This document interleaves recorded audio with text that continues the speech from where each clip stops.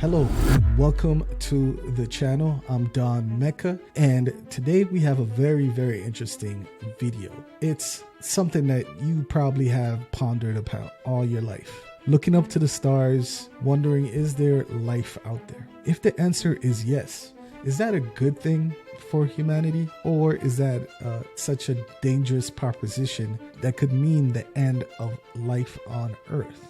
We've all seen how advanced civilizations, once they come in contact with developing nations, completely destroy and take over. So is that something that's a real danger, even with an alien species that evolved in completely different environments, billions of light years away from us? Maybe that is a key factor of life, survival of the fittest. So today's video is called Why Alien Life Would Be Our Doom, the Great Filter. This is Kurzgesagt. If you enjoy these type of videos, make sure you like and subscribe to the channel. Let's get us to 100 subscribers. Let's get into the video. Thanks for watching. Imagine NASA announced today that they found aliens.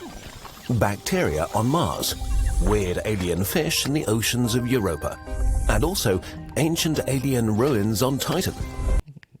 Ooh, imagine ancient alien ruins right in our own solar system. That'd be incredible. Wouldn't that be great? Well, would it be great or scary? No, it would be horrible news. Kurzgesagt thinks it's horrible. Devastating even. Well, if it's ancient ruins and they don't exist any longer, that's not a great sign for our own civilization, I guess. It could mean that the end of humanity is almost certain and that it might be coming soon. Ooh. Why? Damn. Why would the most exciting discovery of our lifetime be bad? Could it foreshadow what happens to humanity? But I mean, everything has its own path.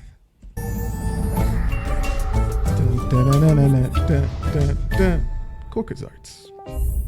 Let us imagine the development of life from its inception to us today as a flight of stairs.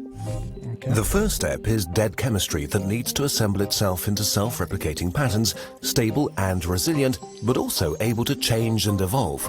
Isn't that such an incredible thing that happened at some point in life, that dead materials became alive? This process took billions of years to happen. And just from random chance, things start to happen where it replicates itself and then it just gets more and more complicated. The second step is for our early life to become more complex, able to build more complicated structures and use the available energy much more efficiently. On the next step, these cells combine to become multicellular beings. That's another trippy thing. Like, to make up you, there's literally billions upon billions of these little guys floating around doing their specific job. And if they don't do their job specifically to the T, your antibodies comes in and just murders them and kills them. And then there's some that do a specific task. They just live and then they delete themselves. It's crazy. Enabling unbelievable variety and further complexity. The step above sees the species evolve big brains, enabling the use of tools, culture, and shared knowledge, which creates even higher complexity. Wow. The species can now become the dominant life form on its planet and change it according to its needs. First, shy attempts to leave its planet are happening. This Is it like being a bacteria and you're trying to escape the little dish? Is that us trying to get off this planet, this rock? This is where we are now. It's in the nature of life as we know it to reach out, to cover every niche it can. And since planets have a limited carrying capacity and lifespan, if a species wants to survive, it will look for more places to spread to. So it's innate in life forms to want to migrate to even more planets if they have the capabilities to do so. If there's alien life out there that's advanced enough to travel between solar systems and stars, they're likely to do so instead of just keeping themselves isolated. So the steps above the current ones seem logical. Colonize your own solar system, then spread further to reach other stars. To the possible final step, becoming a galaxy-wide civilization. Ooh, galaxy-wide civilization. You guys think humans might be the most advanced things in the universe? Is that a sad thought, or is that an exciting thought?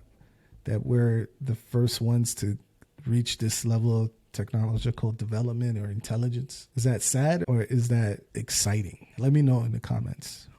It's very likely that this is a universal principle for civilizations, no matter where they're from. If a species is competitive and driven enough to take control over its planet, they'll probably not stop there. And they said take control of their planet. So they have a tendency to controlling things.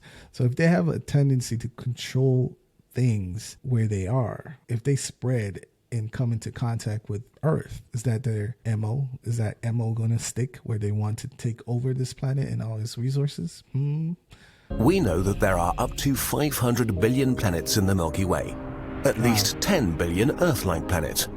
Many 10 billion Earth-like planets have been around billions of years longer than Earth. And that's just in the Milky Way. But we're observing 0 galactic civilizations. We should be able to see something, but there's nothing. But here's the thing about that. Light is slow. Light is very slow. Humanity in just the last 5,000 years developed at such a high rate, and the human form is just 300,000 years old. So if light takes billions of years to travel between stars, how would it would take forever to even see any signs, really, unless they existed billions of years ahead of us, right? Space seems to be empty. Is my logic solid, or what do you guys think? Let me know. And dead. This means something is preventing living things from climbing the staircase beyond the step we're on right now. Something that makes becoming a galactic civilization extremely hard, maybe impossible. No, don't say impossible, Kurzgesagt. Don't do that. This is the Great Filter, a challenge or danger so hard to overcome that it eliminates almost every species that encounters it. No, we don't want that. That can't be real. There are 2 scenarios. One means we are incredibly special and lucky. The other one means we are doomed and practically already dead. Such a pessimistic thought process. Jeez. It depends on where the filter is on our staircase. Behind or ahead of us. Hopefully it's behind us, right? Right? Scenario 1. The filter is behind us. We are the first. If the filter is behind us, that means that one of the steps we passed is almost impossible to take. Which step would that be? What would you guys guess? Is it the step of developing intelligence? Which step could it be? Is life itself extremely rare? It's very hard to make predictions about how likely it is for life to emerge from dead things. There is no consensus. Some scientists think it develops everywhere where the conditions are right. Others... To me, that sounds plausible, where if the conditions allow it, why wouldn't life develop eventually? What do you guys think? I mean, I guess if we take the religious thought process out of this discussion. Think that Earth might be the only living place in the universe. Oh my God. Imagine that. Like, imagine being the only living place in the whole universe that's full of billions upon billions of galaxies with more billions and billions of planets and stars on it. Like, it would be just us in this ever expanding arena we call the universe. The universe is just getting bigger, right? Well, everything's getting further away from everything. That would be such a depressing thought, that we're the only ones to ever make it to this point. Another candidate is the step of complex animal cells. A very specific thing happened on this step, and as far as we know, it happened exactly once. That's crazy that it only happened once. A primitive hunter cell swallowed another cell, but instead of devouring it, the 2 cells formed a union. The bigger cell provided shelter, took care of interacting with the environment and providing resources, while the smaller one used its new home and free stuff to focus on providing a lot of extra energy for its host. With the abundant energy, the host cell could grow more than before and build new and expensive things to improve itself, while the guest became the powerhouse of the cell. Teamwork makes the dream work. Yes. These cells make up every animal on the planet. Maybe there are billions of bacteria-covered planets in the Milky Way, but not a single one, apart from us, has achieved our level of complexity. Imagine that. Earth is the only place where this bond happened, this collaborative happens. That'd be interesting. Imagine that other life on other planets are just completely based on a whole new way of new life form that we never seen, even thought possible. Or intelligence. We humans feel very smart and sophisticated with our crossword puzzles and romantic novels, but a big brain is first and foremost a very expensive evolutionary investment.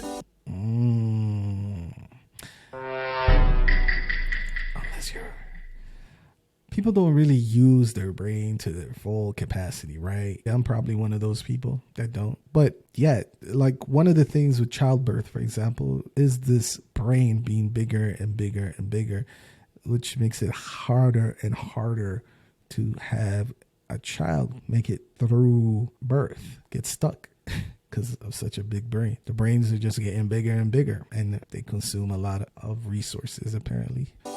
They are fragile. They don't help in a fist fight with a bear. They cost enormous amounts of energy. And despite them, it took modern humans 200,000 years to get from sharp sticks to civilization. Wow. That's with human brains. It took 200,000 years to go from that to that, from that to that. Some people still live like that. But again, it's product of your environment, right? If all you need to survive is a stick and a spear, there's no evolutionary force to push you the other way. But if you're constantly engaged in war and need to prepare for certain weather conditions and get organized to be able to survive, then it's kind of like the whole, moon civilization or Mars civilization. They're going to be, I feel like they're going to be much more advanced once that whole place gets settled in, because to survive on Mars, to survive on the moon requires a different level of a discipline due to environmental forces. So that's going to be interesting. Being smart does not mean you get to win automatically. Maybe intelligence is just not so great, and we're lucky that it worked out for us. Scenario 2. What kind of scenarios would intelligence be not so great? Like, where could that be a disadvantage? What do you guys think? The filter is ahead of us. Plenty of others died already. A great filter before us is orders of magnitude more dangerous than anything we encountered so far. Even if a major disaster killed most of us or threw us back thousands of years, we would survive and recover. And if we can recover, even if it takes 1,000,000 years, then it's not a great filter, but just a roadblock to an eventual galactic civilization. On universal timescales, even millions of years are just the blink of an eye. If a great filter really lies before us, it has to be so dangerous, so purely devastating and powerful that it has destroyed most, if not all. Look at that alien. Why did they have to do him like that? Why put drool on him? Why put so much drool on him? Oh my goodness. Advanced civilizations in our galaxy over billions of years.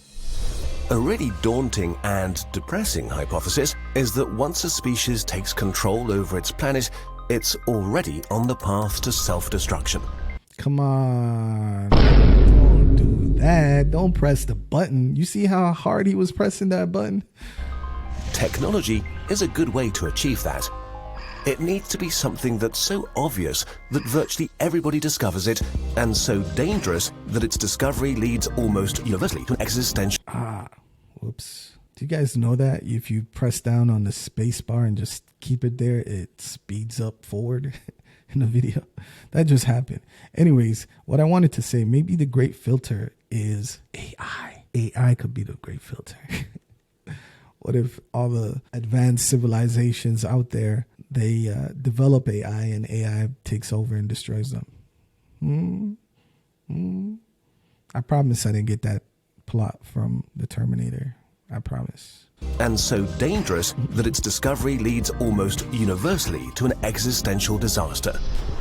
A large-scale nuclear war, nanotechnology that gets out of control, genetic engineering of the perfect superbug, an experiment that lights the whole atmosphere on fire. It might be a super-intelligent AI that accidentally or purposely destroys its creators. All things that we can't even see coming right now. Imagine trying to control the weather and you light the whole atmosphere on fire. Oh my God. We need some weather control though. That'd be a beautiful technology if that could ever be made. Imagine being able to just dictate when it's going to rain or when it's going to snow or when it's going to be this or that. Or it's way simpler. Species competitive enough to take over their planet necessarily destroy it while competing with each other for resources. Maybe there are runaway chain reactions in every ecosystem that once set in motion are not fixable. And so once a civilization is powerful enough to change the composition of its atmosphere, they make their planet uninhabitable 100% of the time. Damn. Let's hope that that's not the case.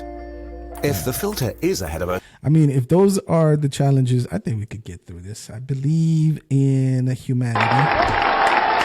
Clap it up for yourself. You could overcome these challenges, okay? This type of filter we could overcome, okay? I've seen it plenty of times in movies, okay? Our odds are really bad. What we can hope for... Kurzgesagt's a straight savage. Our odds are really bad. Come on. Is this trying to be a depressing ass type of video? Don't be depressing. Don't be depressing. This is not our doom. We could overcome any challenge. This is why finding life beyond Earth would be horrible. The more common life is in the universe, and the more advanced and complex it is, the more likely it becomes that a filter is in front of us.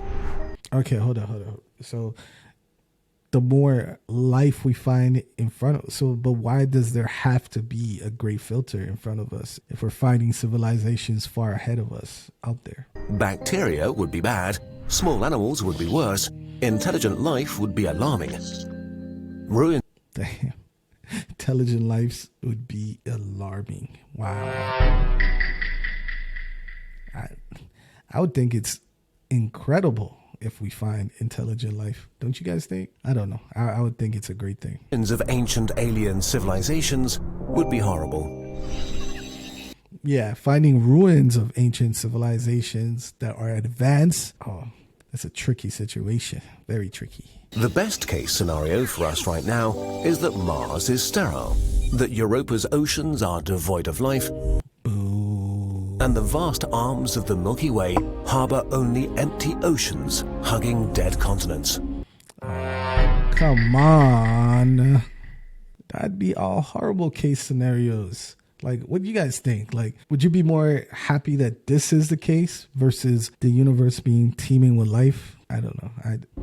That there are billions of empty planets waiting to be discovered and to be filled up with life. That's greedy, Kurzgesagt. They just want the whole universe for humanity only, huh? Billions of new homes waiting for us to finally arrive.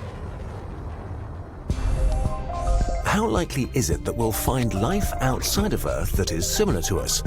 Well, that depends on how many planets there are out there in their star's Goldilocks zone, the area around a star where... Too cold, just right, too hot. We're right in there. Water can be liquid. Because stars come in all sizes and configurations, this zone is different for every star system and requires a little bit of physics to figure out. If that sounds like fun to you, this quiz... Okay, let's get into that. So that was the end of the video. If you enjoy videos like this, make sure you like, subscribe. I want to know your thoughts about this. Is Kurzgesagt right? Is it a horrible thing if we find intelligent life or any life out there? And does that make the great filter more likely for humanity and the great filter being in front of us? I mean, it doesn't make sense if those life forms are still in existence and heck, even more advanced than us. Why would that indicate that the great filter is in front of us? Why must there be a great filter? If we end up finding the universe full of life. And the other aspect is light is slow as hell to travel. It's very slow to travel across the cosmos.